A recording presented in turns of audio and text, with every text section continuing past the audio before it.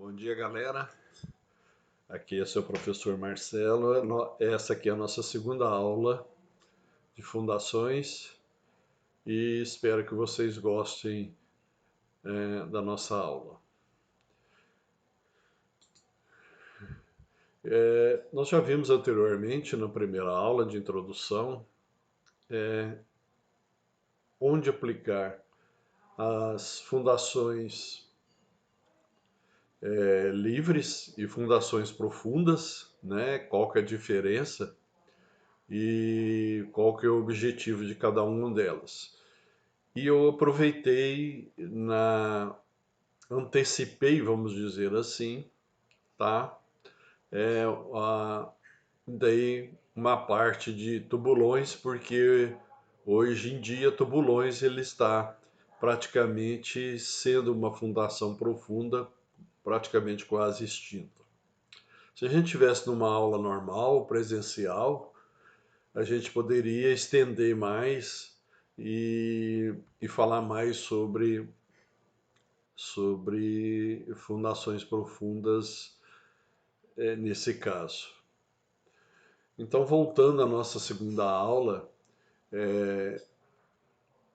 tudo e qualquer fundações que a gente possa fazer e projetar para uma estrutura, essa estrutura significa que a gente tem que estudar a associação dos seus elementos e principalmente no caso de executar qualquer tipo de fundação para que a estrutura suporte os diferentes esforços que eles são submetidos. Quais são esses esforços? Né? Tudo, todo elemento, toda estrutura, existe um peso que começa desde lá do telhado, né? E reflete até no solo, né? Por isso que você tem que ter, para cada estrutura, um tipo de fundação.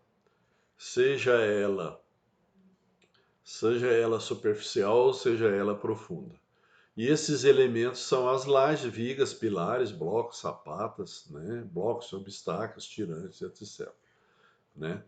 Então, nesse caso, quando o projetista for fazer o projeto estrutural da superestrutura, ele tem que ter todo o conhecimento dos prováveis recalques que as fundações poderão apresentar naquele local, né? E considerar como esforço que deverão ser absorvidos pelas essas peças estruturais, tá? A posteriores, eu vou dar eu vou dar um projetinho para vocês. Vou falar de um projeto estrutural, principalmente quando você calcula sapata. 80% das construções hoje no Brasil, o pessoal praticamente usa sapata, bloco com sapata, várias combinações, né?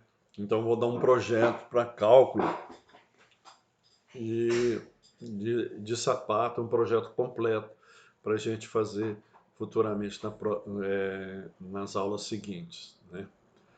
Então, o projeto estrutural na prática, ele é feito de acordo com os ensinamentos da estática das construções, da resistência materiais e da avaliação dos esforços externos que solicitam as estruturas. O que é esses esforços externos? Geralmente são os ventos, né? Quem for ver estruturas de aço e madeira vai compreender, né? O vento também é fundamental numa, numa estrutura, né? Principalmente numa estrutura muito grande, o vento é primordial dependendo da região, tá? O objetivo principal dessa aula é o dimensionamento de estruturas de fundações e a gente vai relacionar de forma teórica pouca prática, talvez nenhuma prática, em razão da pandemia que nós estamos vivendo, a estrutura solo, né? Então, antes antes de qualquer maneira, vou dar um exemplo, né?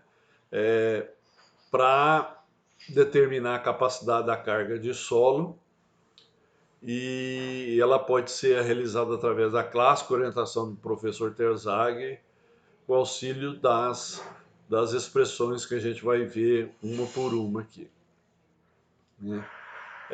Se nós tivermos uma sapata retangular, não se assustem, porque para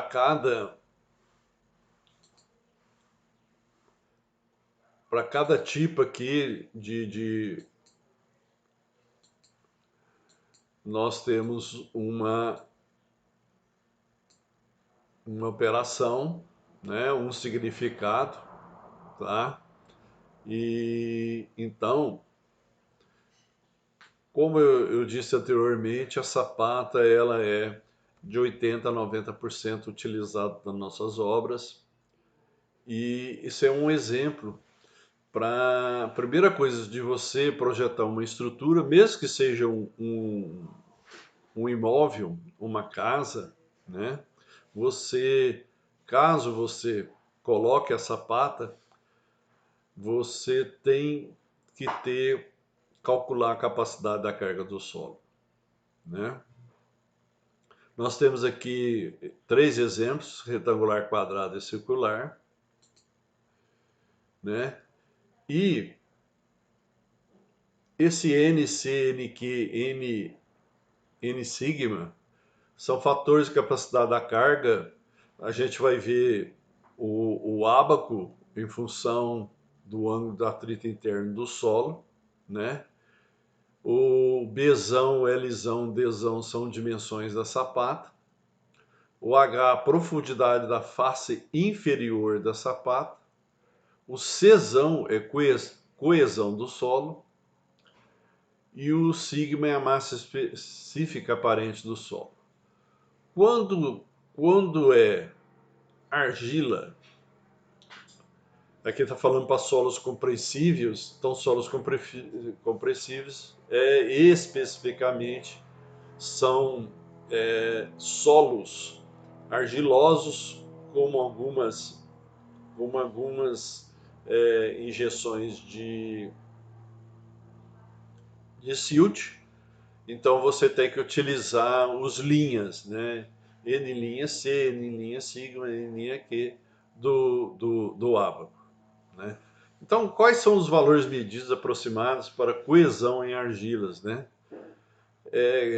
Cagou, é isso mesmo, né? Pode rir um pouco. Ele propôs que praticamente coincide com os indicados por Tomlinson, e são os seguintes, né?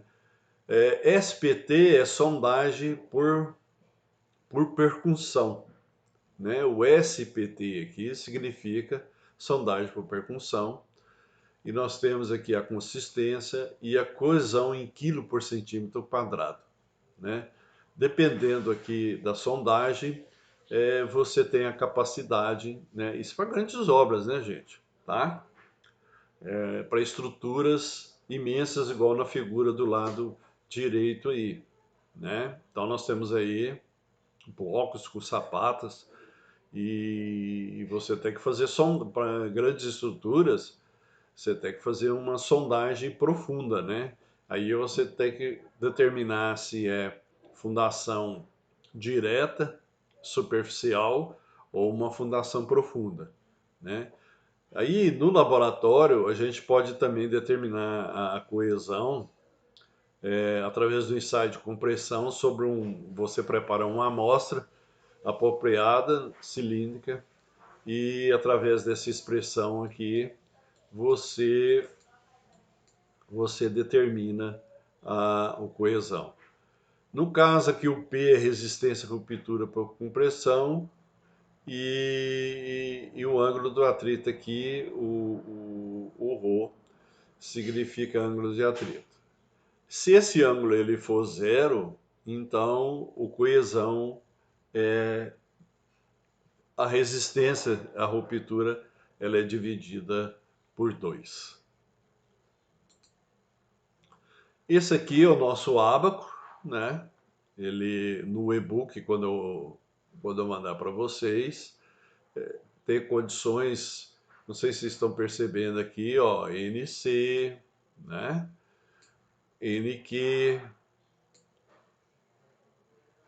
e N sigma são para solos, tá? São para solos, solos como areia, pedregulho e assim por diante. E aqui, ó, N' N' N' sigma são para solos compressíveis, tá? Então, valores de N e Q, basta você ir na tabela aqui embaixo, né? De acordo com o ângulo, isso aqui for zero, é tudo zero, né? Então, ó, esse ábaco, ele te dá todas as possibilidades de ser solos compressivos ou não. De qualquer maneira, a gente tem que calcular também nas nossas fundações se existe um recalque, né? Porque se você, no projeto você determinar, né, as pressões, o suporte, pode existir um recalque por compressão, né? Então, os nossos solos, ele é um complexo de partículas sólidas de água e ar, nós já vimos isso aí em mecânica de solos, e ele, ao ser submetido por um carregamento através de uma fundação, seja ela qualquer, ele pode sofrer deformações de acordo com os esforços aplicados, né? Por exemplo, a água, ela é um pouco compressível em relação à estrutura de um solo. Então, você considera, por exemplo, a carga da água, né, a gente considera 1 kg por centímetro quadrado, e a variação unitária do solo é da ordem de 1 para 22 mil para a água, 1 para 1000 para as areias e 1 para 100 para as argilas. Então, quando o solo ele é carregado, ele comporta-se como um meio pseudo-elástico. Então, o que Desargues e Buisman fez? Ele estimou uma fórmula, essa fórmula é aproximada, para se determinar uma grandeza de recalque, é o que nós estamos vendo aqui. Então, essa é a fórmula de grandeza de recalque que a gente possa calcular quando tem problema de recalque, né? Então, ó, o ΔH é um recalque de um ponto particular da fundação. Essa fundação ela pode pender para um lugar ou outro ou simetricamente, né? O Czinho é uma constante de compressibilidade da capa considerada. O PO ou P0, né? Eu chamo de PO, é a pressão natural intergranular média na cota. O ΔP é o incremento de pressão em consequência da execução da totalidade ou parte da obra. E o Hzinho é a espessura da camada considerada. Portanto, quando o ΔP ele sendo pequeno em relação a PO, a gente vai se devolvendo em série e desprezando os termos a partir da segunda ordem. Então, ó, se for, volto a repetir, o ΔP ele é pequeno em relação a PO, a fórmula passa a ser ΔH, Hzinho sobre Czinho vezes ΔP sobre PO. Ela diminui bastante o seu poder. Então, ó, em consequência, fazendo o MV igual a 1 sobre CPO, então nós temos ΔH igual a H, Hzinho, ΔP MV. Esse valor de C ele pode ser determinado pelas indicações de TH de Terzaghi em funções dos índices de vazio e dos limites de liquidez para as camadas consideradas. O que vem agora são os recálculos diferenciais máximos, não prejudiciais à estabilidade das estruturas, né? Então nós temos uma série aqui que facilita a nossa vida. Então, por exemplo, prédios para fábricas construídos com estruturas em concreto armado, basta você dividir o vão por 1000 até vão por 500, né? Que não a estabilidade da estrutura ela não está prejudicada. No caso de prédios de apartamentos, sala para escritório em concreto armado, vai de vão 400 a vão a 250. No caso das estruturas metálicas, vão dividido por 500. Então, ó, vão. O que ele considera vão aí? É a menor distância em centímetro entre o centro de dois pilares, observado na estrutura, critério por demais personalístico, né? Então, esse é só né? É só uma ideia desse vão aí para vocês terem uma ideia como é que se comportem nas fundações. Os autores norte-americanos admitem para edifícios comuns recálculos de 1 polegada ou de 2,54 centímetros para, no caso das sapatas corridas, e 2 polegadas para sapatas centradas. Tá? De qualquer maneira, como foi feita a experiência brasileira em termos de fundações? Para edifícios altos, durante a conferência em 1974, então bastante anos lá em Porto Alegre, não se teve mais, teve mais congressos, tudo sobre fundações, mas de lá para cá não se mudou praticamente nada, né? E foram relacionados os recálculos diferenciais de edifícios altos de concreto armado e quais os danos por eles causados nas estruturas, né? No caso dos edifícios estreitos, dimensão padrão menor do que 15 metros, nós estamos falando aqui de vão, né, gente? Então nós temos todas essas observações aí dos recálculos, né? E para cada porcentagem nós temos um recalque diferencial, né? Para edifícios largos, a dimensão padrão maior do que 15 metros, né? Nós temos aí também deduções para recalque diferencial, tá? Tudo que a gente observou em cima aí, eu gostaria que vocês dessem uma lidinha, né? Esses resultados apresentados, eles são devidos a notáveis pesquisadores brasileiros, pela Politécnica da Universidade de São Paulo, e Francisco Paceta Silva, que pertence aos 4 Institutos de Pesquisa Tecnológica, o IPT de São Paulo. Nós voltamos a afirmar que têm sido observados recálculos diferenciais superiores a indicados sem que a estrutura fortemente hiperestática nada sofresse, e os prédios foram calçados e continuam habitados sem nenhum problema. Isso quer dizer que prédio no máximo com 6 pavimentos, né?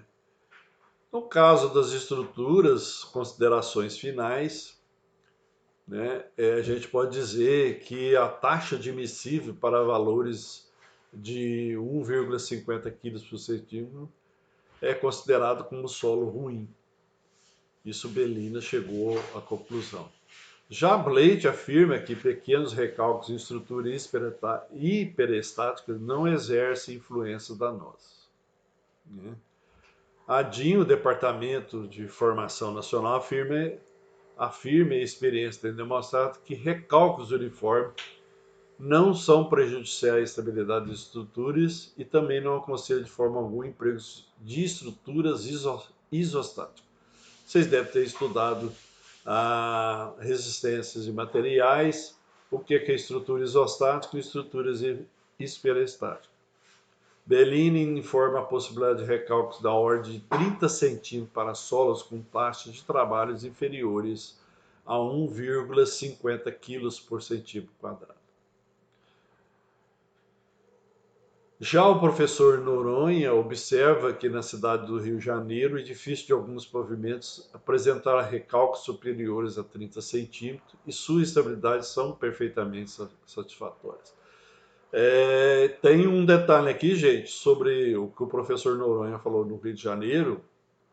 Esses pavimentos geralmente apresentaram recálculos, principalmente na orla do mar do Rio de Janeiro, por acomodação do solo arenoso. Então, mas como é um solo arenoso mais compacto, a estabilidade elas são satisfatórias, né? O que já não aconteceu, por exemplo, no centro e algum bairro, de alguns acidentes, mas isso foi por causa da mexida da estrutura do prédio. Em Goiânia foram observados prédios de 3 pavimentos com recálculos superiores a 15 centímetros, sendo que as suas estruturas fortemente hiperestáticas nada sofreram. E aqui na cidade de Anápolis, em Goiás, um prédio de 6 pavimentos apresentou recálculo superior também a 30 centímetros, recálculo que não se desenvolveu paulatinamente, quer dizer, ele se estabilizou nesses 30 centímetros, mas sim de maneira violenta em 6 horas. Sua estrutura fortemente hiperestática nada sofreu. O prédio foi escorado, depois calçado e continua sendo usado normalmente. Eu vou contar um fato aqui para vocês também, lá em Goiânia, tinha um prédio em frente ao Lago Vaca Brava, e esse prédio de 15 andares, ele recalcou mais de 45 centímetros e ele teve fissuras principalmente no pilotis no estacionamento, e foi contratado uma empresa alemã para colocar o prédio no eixo.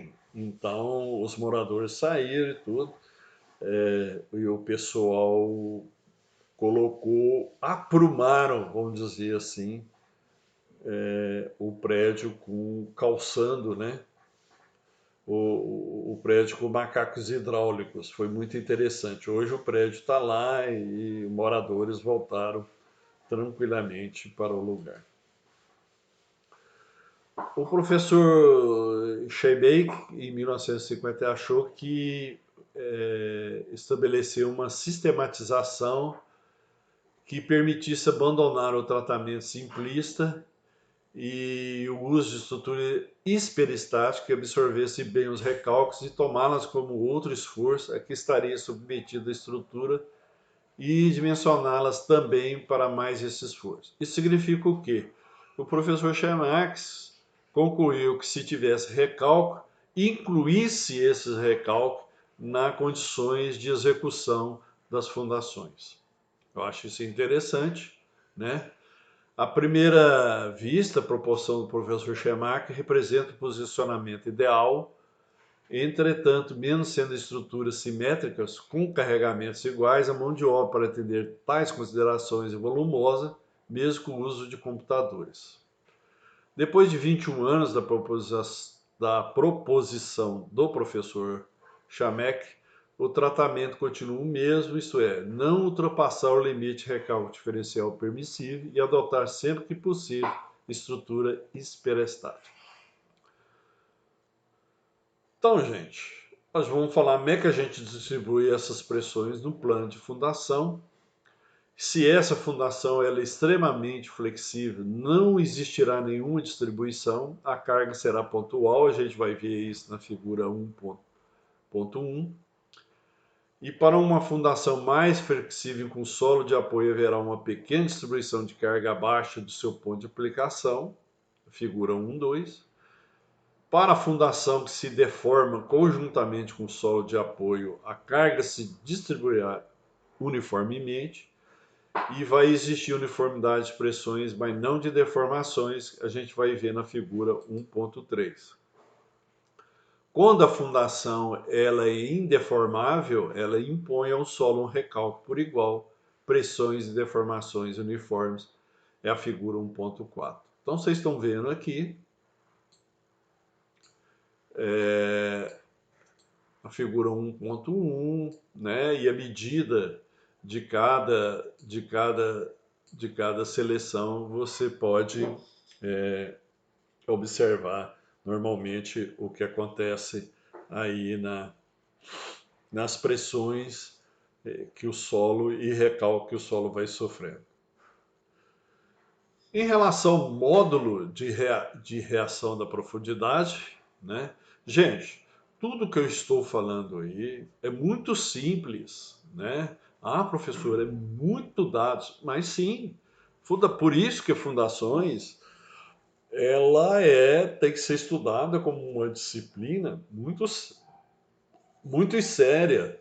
E as fundações para estruturas que requer uma atenção maior, tudo isso aí que nós estamos falando, desde a escolha da fundação, se ela é direta ou profunda, e ela tem que passar por todos esses estudos, recálculos, pressões, módulos de reação de profundidade, o tipo de cada fundação. Ela tem que ser calculada minuciosamente para atender e não ter surpresas futuras para essa estrutura não ruir, não ter problema, né? Você fazer uma casa até de 100 metros quadrados é muito simples você colocar uma sapatinha ou uma viga baldrame com os bloquinhos e umas estacas, distribuir umas estacas até de 2 metros de profundidade armada, você está seguro. Essa casa não vai ter trinca, não vai ter nada. Mas a partir de você ter uma estrutura maior, uma estrutura efetivamente que exige, né, que você tenha uma fundação mais séria, e você tem que executar a todas as normas, com todas diretrizes que precisa a, a, a, o tipo de fundações a ser aplicado naquele lugar. Então, o módulo de reação de profundidade ou módulo de reação vertical vai ser um coeficiente de balaço que indica o valor da pressão, né, unitária transmitida pela superfície carregada ao solo. A gente dá isso aí KV, né, que é PO dividido por Y. O valor de KV ele vai depender das características elásticas do solo, das dimensões da superfície de contato e ainda das características dos carregamentos que são aplicados ali. O conceito de reação de profundidade foi introduzido por Winkler em 1867 e em 1888 Zimmermann para o estudo das vigas de base elástica. Então, vamos falar aí de cada tipo de módulo de reação, entre eles a hipótese de Westergaard, que foi feito um estudo de distribuições de tensões e recalques, que são assentamentos, né? Que ele torna-se complicado quando a superfície de contato não é perfeitamente flexível. Então, adota-se uma teoria simplificada devida ao Westergaard. No caso da teoria de Westergaard, admite-se que cada ponto da superfície carregada, que ele chama de tensão vertical F no solo, ela é proporcional ao recalque observado do ΔH. Então, nós temos aqui uma formulazinha F, né, que é a tensão vertical, KV, que é o módulo de reação vertical, vezes o ΔH. Esse módulo ele corresponde a uma pressão dividida por um recalque e é cômodo expressá-lo em quilo por centímetro cúbico, tá? Tem que se ter isso ao cuidado. Gente, ninguém é obrigado nem eu não decoro essas fórmulas, né? Todo projetista desse seja de fundação, existe as tabelas, vocês vão ver aqui para frente, para para cada nomenclatura, para cada tipo de fundação que você vai determinar, existem as fórmulas e você lá procura essas fórmulas, essas tabelas e basta aplicá-las, né? Não é difícil, basta entender e quando é que você pode utilizar o tipo de fundação para aquele tipo de estrutura, para aquele tipo de solo que vai ser executada aquela estrutura. Boltzmann, ele indicava para o cálculo de recálculo de uma placa circular rígida apoiada em um meio elástico, suportando uma pressão constante. Então, eram as duas fórmulas aí, ele chamou de E0, módulo endométrico, e o Vzinho aí, módulo de Poisson, tá? A expressão, essa última expressão aí, que eles chamam de 1.13, mostra que o modo de reação vertical não é uma característica intrínseca do material, mas é inversamente proporcional ao raio da placa e também proporcional ao seu perímetro. Salientamos que normalmente pode ocorrer divergência, às vezes acentuada, entre o cálculo teórico e os resultados obtidos experimentalmente. Então, gente, nesse caso, né, foi feito esse ensaio com essa placa, né, para se chegar a uma reação vertical. A medida em estudo do modo da reação vertical, ela é efetuada através de placas metálicas circulares de 45 centímetros de diâmetro, com espessura apropriada, 25 milímetros no mínimo, né, ou 2 centímetros, para comportar-se com uma peça de rigidez infinita. Essas cargas são aplicadas com auxílio de macacos hidráulicos com comando a distância ou não. Você põe a placa em cima, põe o macaco e aciona, o macaco vai pressionando essas placas para ver qual é a reação, até quando esse solo suporta, ou se ele trinca, se ele expande e assim por diante. E aí, continuando usando-se como sistema de reação pares de tirantes gravados no solo ou mesmo cargueiras apropriadas. Tem sido usado para maior facilidade chassi de caminhão, necessita de uma carga de reação na ordem de 6.000 kg. Né? Os carregamentos são medidos com auxílio de manômetros ou anéis dinamométricos, né? E esses recálculos são conhecidos com a aplicação de 3 defletômetros com precisão de 0,01 milímetro, posicionado nos versos de um triângulo equilátero, realizando uma média de 3 leituras. O ensaio é executado aplicando uma carga de 1.000 kg, anotando-se os recálculos ocorridos observados nos defletômetros quando a variação for inferior a 0,05 milímetro por milímetro. É um pouco confuso, mas eu sou obrigado a dar como se faz essa reação vertical, como eles chegaram, né, essa reação vertical. E daí se partiu para as fórmulas empíricas, né? Em 55, o professor Terzaghi elaborou para argilas essa primeira equaçãozinha, KV igual a 20 sobre Bzão vezes KV1.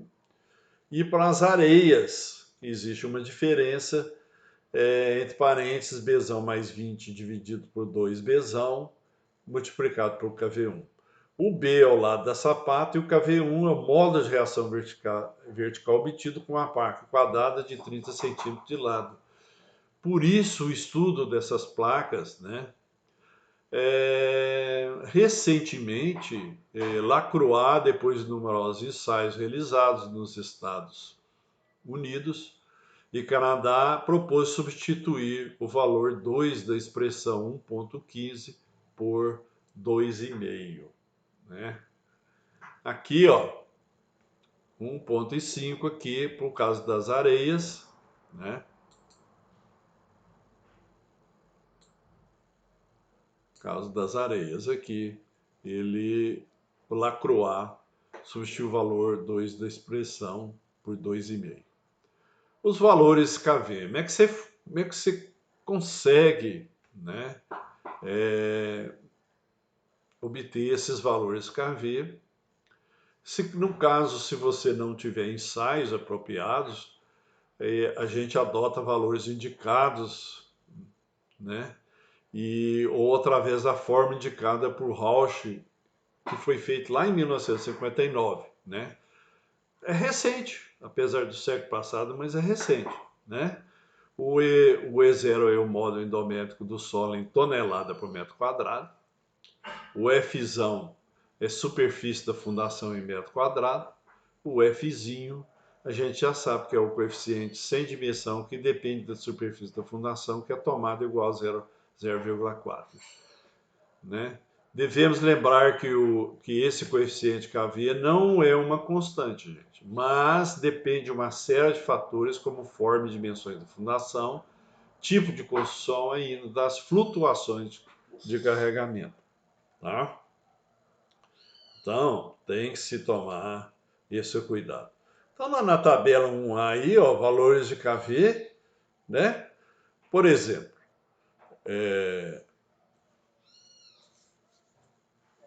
no caso do município aqui, Jaquedauana, vou dar um exemplo, né? Muita gente se engana. Eu acho que mecânica do solo, vocês devem ter visto aí. O professor que deu mecânica, não sei se foi eu, não lembro mais, né? O nosso material de Anastácio e de Acodiano, na nossa região aqui, é o latossolo vermelho amarelo. É uma combinação de 83% aí no nosso município. 100% se você for na área urbana de Anastácio e de Aquidauana, é o latossolo vermelho e amarelo, né? E muitas vezes as pessoas acham que é uma argila. Aí se vai determinar que tipo de argila é essa aí. Então, se engana, porque o latossolo vermelho e amarelo não é argila, né? É como se fosse um cascalho miúdo com areia fina, né? Então tá nesse patamar aqui, ó, tá? Professor, mas cascalho é que tem pedra. O latossolo é um cascalhinho miúdo com areia fina que tem uma pequena parte, certo? De argila e silt, tá? Então você pode considerar, tá? Para todo e qualquer tipo de obra, por exemplo, em Anastácia aqui da Uana, o KV aqui entre 8 a 12. Você pode considerar tranquilamente o KV nessa ordem, tá? E como é que eu consigo ter valores de E0 e E? Né? Se na falta de ensaios não temos condições de fazer ensaios apropriados, aí a gente pode adotar o E0, que é o módulo endométrico, e o E, que é o módulo de eletricidade, que ele, para esse solo submetido a tensões inferiores a 10 kg por centímetro quadrado, os valores são indicados da tabela embaixo aí, 1B, né? No nosso caso, né? Estou falando da nossa região aqui, é uma areia solta, tá? E o E0 é de 100 a 200 e o E é de 66 a 132, tá bom? Estou dando um exemplo aqui do município de Aquidauana de Anastácio. O KV lá é de 8 a 12, né? O E0 e o E, por exemplo, é de 100 a 200 e o E é de 66 a 132. Vocês estão percebendo? Se você tendo conhecimento do solo, de onde que você vai, dependendo da sua estrutura, você já tem dados consistentes para você ir montando o seu projeto. Altura mínima da placa de apoio para se obter sempre reação uniforme, né? Nós já falamos sobre principalmente em relação às sapatas, como tanto para sapatos como base para tubulões, é preciso que as reações do solo elas sejam uniformes, né? E que futuramente a gente vai tratar isso como fundações rígidas, né? É como a gente está vendo aqui do lado direito a placa aí tem uma sapata, né? E um bloco de concreto com as estacas, né? Como podemos denominar de fundação rígida, ela não indica que essa peça estrutural não pode flexionar devido às reações do solo. Mesmo que ela seja rígida, vai indicar que ela não será levada em consideração a elasticidade do solo, você despreza a elasticidade do solo, no caso, por exemplo, se for um solo argiloso, com a da fundação no cálculo da distribuição dessas cargas que vem em cima, e que será levado em consideração para a distribuição dessas cargas. Então, a posição da resultante das reações do solo e ainda a existência de momentos fletores são consideradas nas bases das colunas ou dos pilares. A verificação se trata de uma fundação rígida será efetuada considerando as dimensões da mesma e são determinadas a altura mínima da sapata em função do módulo de reação vertical KV da tabela 1C. Nós estamos falando aí de fundação rígida, né? Então nós temos aí, ó, uma fundação rígida, é um exemplo, tá? Aí é uma sapata, né? Combinada com um pilar aqui, tá? Esse é um pilar. Esse P indica que todas as cargas, desde lá de cima, estão chegando aí na sapata, né? Nós temos o Fzinho aqui, P sobre A de área, né? Área da sapata, né? E aí, isso aqui são a distribuição, né? Distribuição uniforme que acontece com a fundação. Nesse caso, é uma fundação rígida, né? Eu só dei essa tabela IC, esse KV aqui, ó, ele vai até 250 mil. Eu dei só um exemplo aí de tabela, como é que ela é posicionada, né? Aqui são as dimensões da sapata, né? Tá? Então, no caso aqui dessa tabela aqui para o H061, para uma distribuição uniforme, para KV 1.000 toneladas por metro cúbico e o L igual a 2,99, né? Esses são o limite do módulo de reação vertical, tá? Se você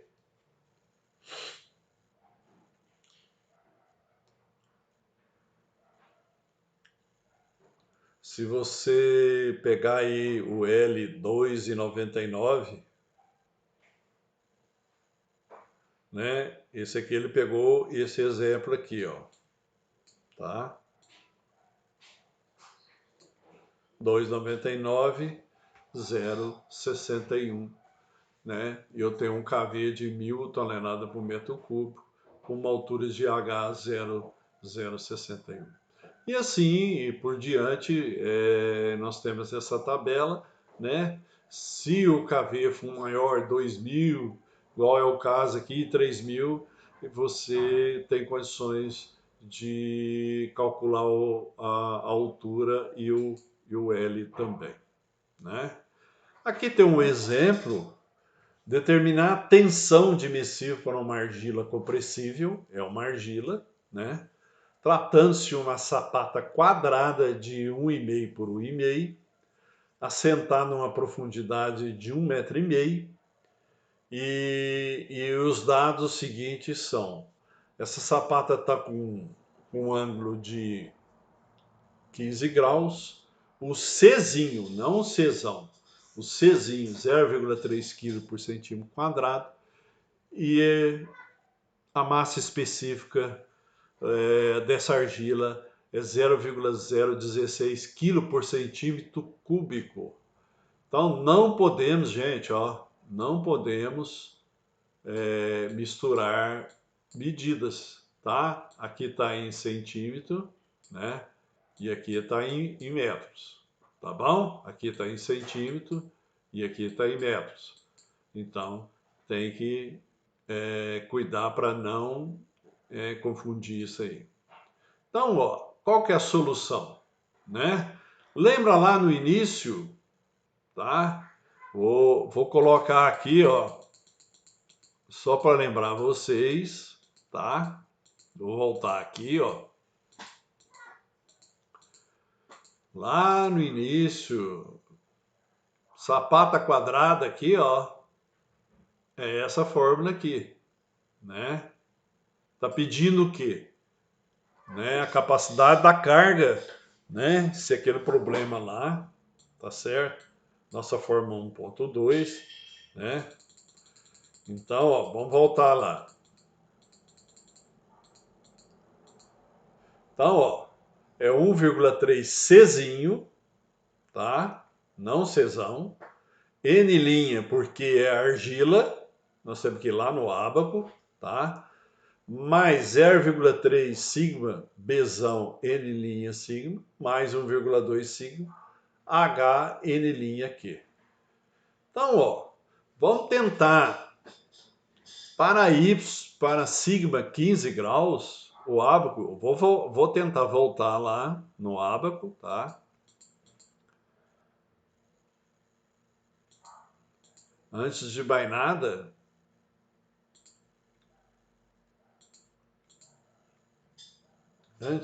nada, vamos colocar aqui, ó, o sigma é 15 graus, né?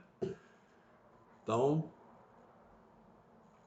vamos lá no ábaco.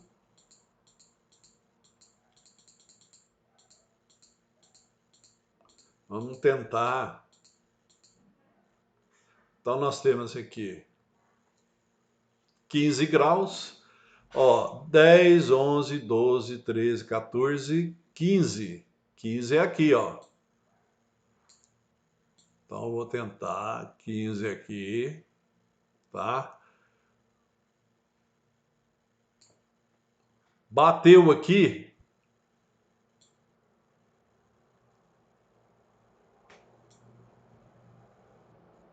Saiu um pouquinho fora aqui, tá? O N' C será 9, tá? Será 9. Vou mudar aqui o ponto. Vou continuar aqui. Continuando aqui. Aqui. Desce.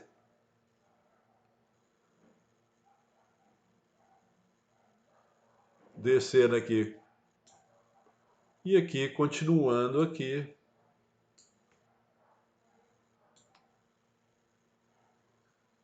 Desculpe se não está bem certinho, tá, gente? Ó, aqui, né? Então, os resultados serão os seguintes.